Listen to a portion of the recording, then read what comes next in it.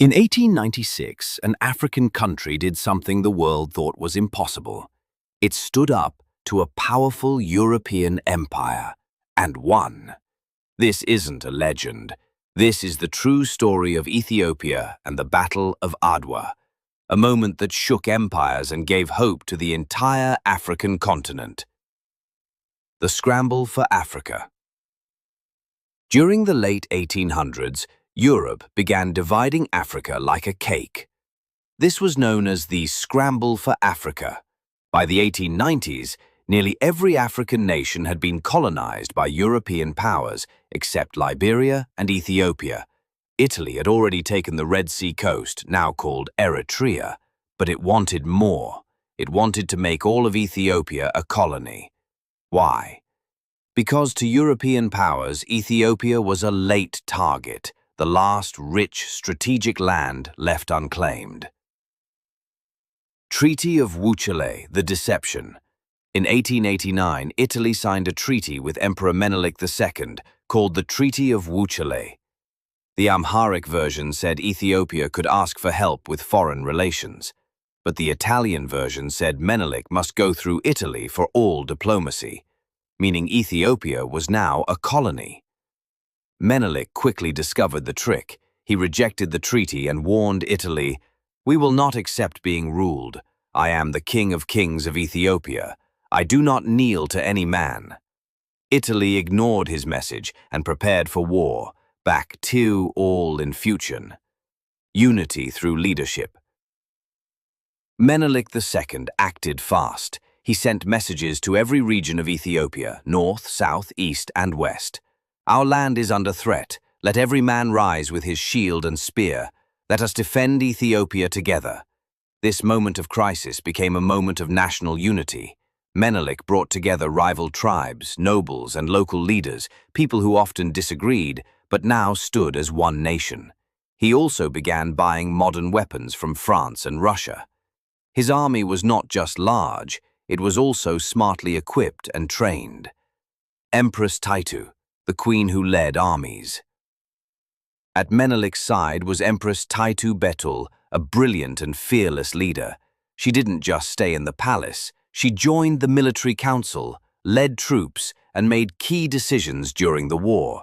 She famously said, "If Menelik gives away our land, I will march north with my army and protect it myself." Taitu also took control of military logistics, especially water sources. She blocked water from reaching Italian troops during key moments of the campaign. She led 5,000 troops herself and inspired thousands of women to support the army. Back to all, the role of women in the Adwa campaign. Women were essential to the Ethiopian war effort. They cooked food, delivered messages, carried supplies, healed the wounded, and in some cases, fought beside men with spears and rifles. They were not background figures, they were front. Thousands of soldiers wore crosses on their chest and carried icons into battle. They believed St. George would fight with them, spiritually, invisibly, riding beside them into war. This spiritual courage made them fearless against a modern European army. The Battle of Adwa begins on March 1, 1896, near the town of Adwa. The Italian army, about 17,000 strong, began to move. They had machine guns, cannons, and modern rifles, but they were tired, hungry, and didn't know the land. The Ethiopian forces, over 100,000 strong, moved quickly, using the terrain to their advantage. They split into coordinated units, attacking the Italians from multiple directions. Taitu's army cut off water supply. Local fighters used surprise attacks in the hills. Within hours, the Italian army began to collapse. By the end of the day, over 7,000 Italian soldiers were killed, thousands more were wounded or captured. Their generals were defeated, a victory with honor. Despite the massive win, Menelik II did not choose revenge. He treated the Italian prisoners with mercy, giving them food and medical care. He sent them home, alive. He told his advisors, We are not beasts, we are Christians. We will show the world the power of dignity. Ethiopia did not become conquerors. They became respected defenders of their own land. Global shockwaves. Africa and the world responds. The world was shocked. For the first time, a European empire was defeated by an African army. Across the colonized world, Africa, the Caribbean, Black America, Ethiopia became a symbol of hope. Black newspapers in the U.S. celebrated. Pan-African leaders like Marcus Garvey and W.E.B. Du Bois wrote poems and essays about Ethiopia's victory.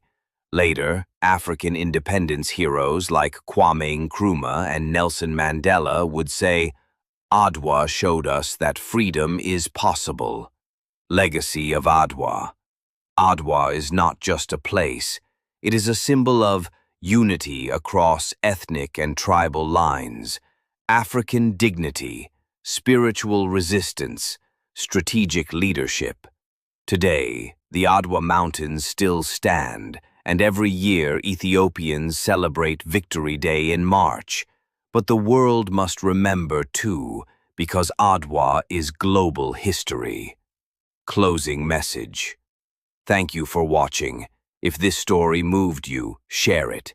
Let the world know that in 1896, Ethiopia didn't just defend itself, it defended the honor of all Africa. Like, comment, and subscribe for more powerful stories from African history. Adwa will never be forgotten.